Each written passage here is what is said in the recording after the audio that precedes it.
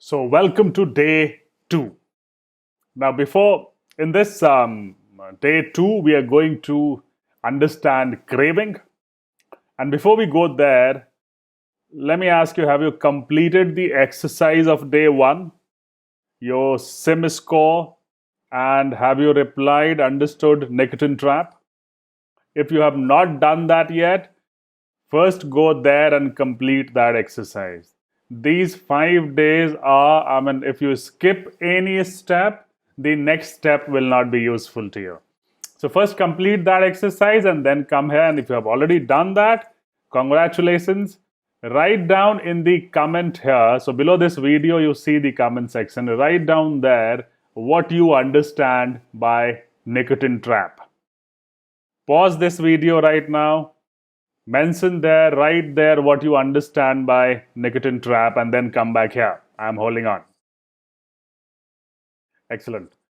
So, in this session 2, we are going to understand cravings. As I told you, smoking is 90% a mental addiction and only 10% is physical. And because it is a mental addiction, it happens at two stages.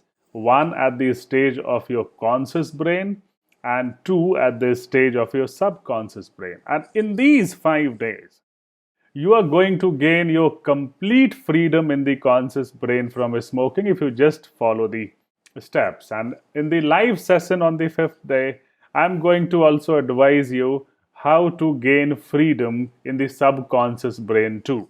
So let me share my screen. Now, here we are. What is a craving according to you? What do you think a craving is? Yeah, just think of that craving, whatever comes to your mind. This craving is basically a positive thought about smoking. A craving is nothing but a positive thought about smoking. So, for example, you're having a cup of coffee. And then when you're having that cup of coffee, it reminds you that last time when I had my coffee, I smoked a cigarette along with it and it felt better. I enjoyed that. And that is the memory which is there in your subconscious. So every time you pick up that cup of coffee, it reminds you that it's time to smoke. So a craving is actually a positive thought which is stored here in your memory. Craving is nothing more than a thought. It's only a thought. A thought, a positive thought about smoking. And what are these thoughts? So I've listed some of these thoughts for you and let's examine them. For example, this one, smoking helps in managing stress. Let me tell you, there's so many people who believe in this, but it is a complete lie. It's a myth. What is stress?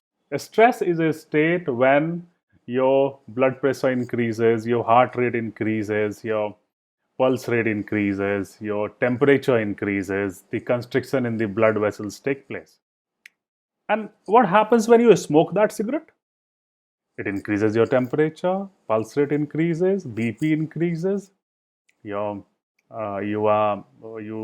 constriction in the blood vessel takes place. If you see, smoking is actually adding to stress. It is intensifying the stress. It is aggravating the stress that you already have. It is not helping you in managing that stress. Then the question is, then why do I feel relaxed when you smoke that cigarette? Because that craving for that cigarette is also a stress for you. When you smoke that cigarette, that craving goes out. The stress for that craving is going out. All those years that I was addicted, I had my own struggle to quit smoking, and I always thought that I am getting relaxed by smoking that cigarette. But the reality is, What went out was the stress of that craving. The real stress is because of some real reason, right? Something has happened. There's some challenge in the relationship or some challenge at job. Something real has happened that you are facing, and that is why you are stressed. And smoking is not going to solve any one of those problems, right? What is smoking doing is it is giving you that stress of craving. Remember nicotine trap? Because of that, that craving is also a stress for you. And when you smoke that cigarette, that craving goes out and it gives you the illusion that your real stress is going out. The fact is, your real stress has actually intensified. It has been aggravated by smoking. The second thing is, smoking is also one of a kind of a pranayama. I mean, it's though the worst kind of it, but it is also a breathing exercise, right? Where you breathe deep. And whenever you do any kind of deep breathing exercise, you feel relaxed. So it is not a smoking because of which you feel somewhat relaxed. It is just the deep breathing that has happened. For a better experience, you can deep breathe without that cigarette also. What I mean is, this cigarette is intensifying your real stress. It is aggravating the problem. It is just an illusion that it helps you in managing stress. Hope you understood that. If you have understood this, write down in the comment section right now that smoking intensifies stress. Smoking does not help in managing stress. Just write it down there. I will hold on and I'm going to personally see all the comments. Wonderful. Let's look at the next one. Smoking helps in reducing weight. This is again a huge myth. So the logic is that, when you smoke that cigarette, your hunger is less, so you eat less, so the weight is less. And when you quit smoking, your hunger increases, you eat more, and therefore you gain weight. But this is again a complete myth. I mean, had this been true, all these smokers would have been fit and fine, right? The fact is, 40% of the people who quit smoking don't gain any weight. Some 55% to 58% of the people gain a mere 5 or 2 to 5 kilograms of weight. A rare 2% people gain 10 kilograms or more. And it is when you quit smoking, you feel so much of energy in your body, you become so much energetic that you can always tweak your diet, do some physical activity, and lose that weight, whatever little you gain. It is just an excuse to say that I cannot quit smoking because if I quit smoking, I'll gain weight. In fact, I lost 15 kilograms of weight all naturally only by quitting smoking. The fact is, when you smoke that cigarette, the body becomes very dull and lazy. And when you quit smoking, it becomes very, very energetic. And therefore, it is only a myth that you gain weight by quitting smoking. If anything, you become so much energetic by quitting smoking that you can always manage that. The next one is smoking helps in concentration, and this is a huge one. You see, there are so many people out there who believe in this. I used to believe in this. But here is the fact. When you smoke that cigarette, what goes inside your body is the carbon monoxide. And because of that, the oxygen level reduces by half. It drastically reduces in the body. And because the oxygen level has reduced by half, our heart finds it very difficult to pump that blood to the brain. So the brain is working with almost half of its capacity. And when the brain is working with half of capacity, how do you concentrate? It's only a myth and an illusion that it gives you concentration. What happens is when you smoke that cigarette, it activates our adrenal glands to release adrenaline, because of which you feel a little more alert at that moment. But it damages those very systems in the first place so much that whatever little alertness that you feel is actually it has been damaged considerably by nicotine in the first place. What I mean is, it is just an illusion that it is giving you some focus or concentration. It is damaging all those systems to begin with, and just giving you an illusion of alertness at the time of smoking. It is actually damaging them considerably, and that's a fact. Let's look at the next one, constipation. Now, there are so many people out there who believe that it helps in bowel movement. But let me tell you this. It is not helping in bowel movement at all. What's actually happening is, when smokers get up in the morning, they get up after a gap of 8 hours. And in these 8 hours, the nicotine level has reduced drastically in the blood by almost 95%. So, having nicotine full state in the blood is the new normal for the smoker. It has got nothing to do with constipation. It is the new normal that the smoker has developed. And therefore, he or she needs that cigarette. He feels that if I don't get that cigarette, I'll not be able to have that bowel movement. It is an absolute myth. Actually, this smoking is actually damaging all those systems to begin with. It is the reason for constipation. It is causing that. And it does not help in bowel movement at all. It is just a mental block which is there. And that's a reality. And that's a fact. Insomnia. I mean, there's so many people who say that, if I don't get my last cigarette after dinner, I would not be able to sleep. I need that cigarette to get into sleep. Otherwise, I'll not be able to sleep. Now, the same people would also say while driving late into the night that, I need that cigarette to be alert on the wheel. Otherwise, I may get sleepy. So, does it keep you awake or does it give you sleep? It cannot do both the things at the same time, right? Just decide that. It's again a myth. The fact is because of that nicotine being present in the blood, smokers compared to non-smokers are not able to get into those 5 deep levels of sleep.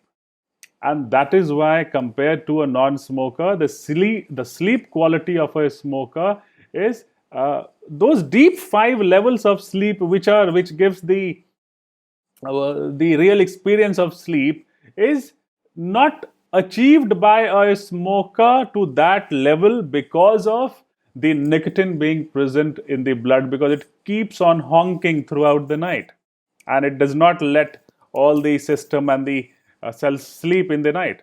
And that's a fact.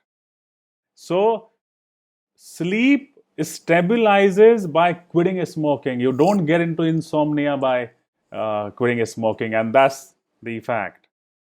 Smoking is a pleasurable experience. This is again a huge one. So there are so many out there who say that, smoking just adds to my pleasure. I need that cigarette to enjoy my parties or even otherwise doing anything. I just have that drag and it is such a pleasurable experience. Let me ask you, have you been into a situation where you went to a remote area and there you were out of a stock of your brand of cigarette? And what was available locally there was an unfiltered, locally made cigarette. Did you smoke that? Yes or no? I mean, 99% of the people have smoked it. Had smoking been a pleasurable experience, you would not have smoked it, right? You smoked it because it is a plain drug addiction. And this drug addiction is 90% mental, only 10% is physical. And because of this, you have smoked that cigarette. It is because of that addiction. It is not a pleasurable experience at all. Remember nicotine trap?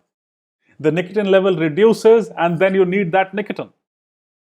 It is not a pleasurable experience. It is just a myth. It is just that drug addiction that is playing its game there at that moment. And that is why Yeah, I mean, I had even smoked a beedi in a situation like that. And I know there's so many out there who have done that.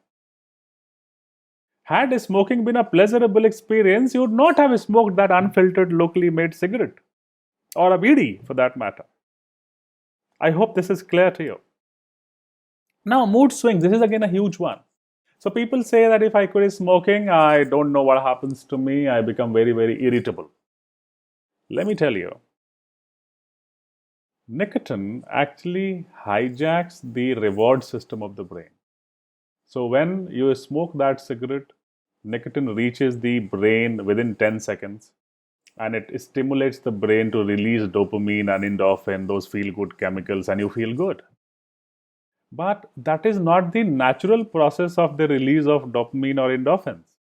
The nicotine has actually hijacked those reward system, and over time, by smoking for years and decades, those that release of dopamine or endorphin also have got, that does not give you enough pleasure.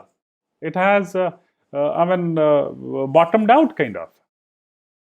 What I mean is that this mood swings is basically is something that happens to the smoker compared to a non-smoker.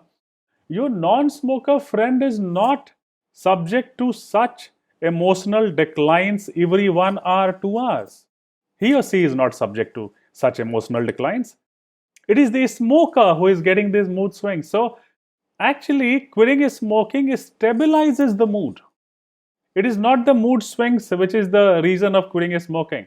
You, by quitting smoking, what you're going to achieve is you're going to stabilize your mood. Mood swings is taking place because of smoking, not because of quitting smoking. I hope you got that. So there's so many myths. Nicotine is a medicine, you know. So people say that it is, you know, I have a great grandfather who is 95 years old and he is smoking that hookah since he was 15 years or 20 years. Since last 80 odd years he is smoking and still he has never visited a doctor. He is fit and fine, very healthy. You will hear such logics. Let me tell you. Let me give you a hypothetical situation rather. Say there is a gathering of 1,000 people in a playground and there they all are injected by poison. All those 1,000 people are injected by poison. I am telling you, there will be at least 10 people even there who will not die. But what does that mean? Does that mean that that poisoning was good? What I mean is, we're just seeing these strange logics. 990 people died. That is what I mean. These logics are something. There are some just out of place logics. So it is not a medicine. It is creating all those damages for you. So I hope this is clear. So what are the benefits of smoking? Please write down in the comment section none if you understood this. And if you have not understood completely so far, see this video once again and go through it. Write down in the comment section what are the benefits of quitting smoking. None. And write down that in capital letters NONE. Now you have 2 action steps. 1. Reply to me by WhatsApp by saying, tell me what is craving, what do you understand by craving? A craving, reply to me that craving is a positive thought about smoking. And reply to me that you have understood that there are no benefits from smoking. And if you have any question, you can send me that question that no, I believe that this is the benefit that I get from smoking. If you have any belief like that, let me know. Or if you have any specific question, you can share that in the WhatsApp and send that by WhatsApp to me. Smoking is primarily a mental addiction. Let me repeat, 90% of it is mental. You have to gain your freedom in your conscious and the subconscious brain to gain freedom from smoking. There is hardly anything physical about it. The physical is only 10%. So, what you have to take care of is you have to manage it, the mental uh, aspect of it. Once you are done with that, you are going to gain complete freedom from smoking. And as I said, once you, I mean, in these 5 days, you are going to gain complete freedom from smoking in your conscious brain. And then in the fifth session, in the live session, I would also give you the opportunity to work with me and understand how you can gain freedom in the subconscious brain too in the next 11 days. So complete your exercise, take care, and I see you now tomorrow.